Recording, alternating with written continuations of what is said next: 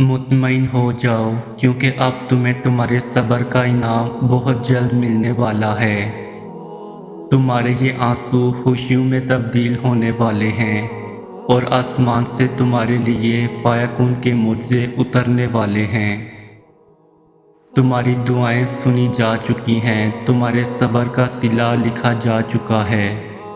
अब तुम्हें तुम्हारे यकीन के मुझसे दिखाए जाएंगे ताकि तुम जान सको कि मुखलिस दिल एहतिताम में हमेशा जीत जाता है और तकदीरें अल्लाह के एक इशारे पे बदल जाया करती हैं।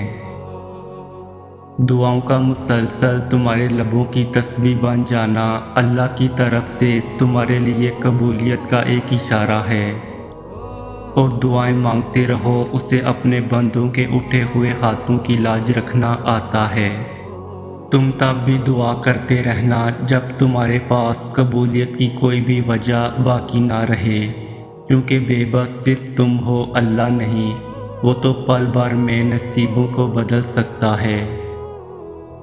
खूबसूरत कहानियाँ हकीकत यूं ही तो नहीं बन जाती, उनमें सब्र, तवक्कुल और दुआएं बेमिसाल होती हैं। जब आसमान से नज़ूल मुर्ज़ों का होता है तो हर गम, तकलीफ, दुख मिटा दिया जाता है।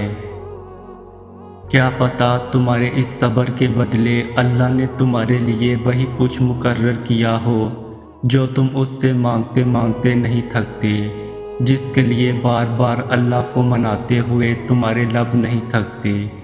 तो फिर यकीन रखो, उस सब्र का सिला बहुत करीब है। जो शिद्दत से मांगा जाए वो ज़रूर मिलता है। अल्लाह आपकी तरफ ज़ाया नहीं जाने देता। वो दिलों के हाल से बाखूबी वाकिफ़ है और अगर नसीब में बेहतर हुआ तो जो तुम चाहते हो तुम्हें वही मिलेगा। दिल नाराज़ी हो तब भी दुआ के लिए हाथ उठाओ, कोई उम्मीद बाकी ना रहे तब भी उससे मांगो। वो जो रात से दिन निकाल सकता है वो नाउमीदी से यूँ उम्मीद निकालेगा कि तुम हैरान हो जाओगे।